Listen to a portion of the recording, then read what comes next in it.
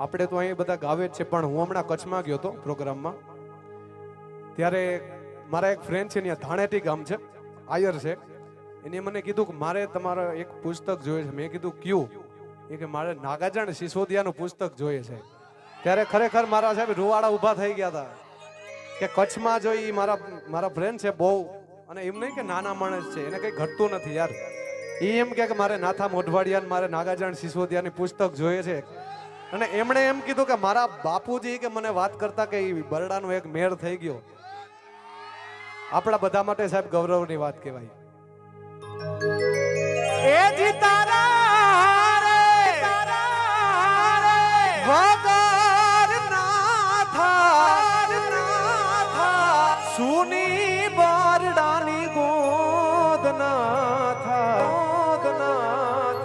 સુની બરડાની ગોદ સોના રે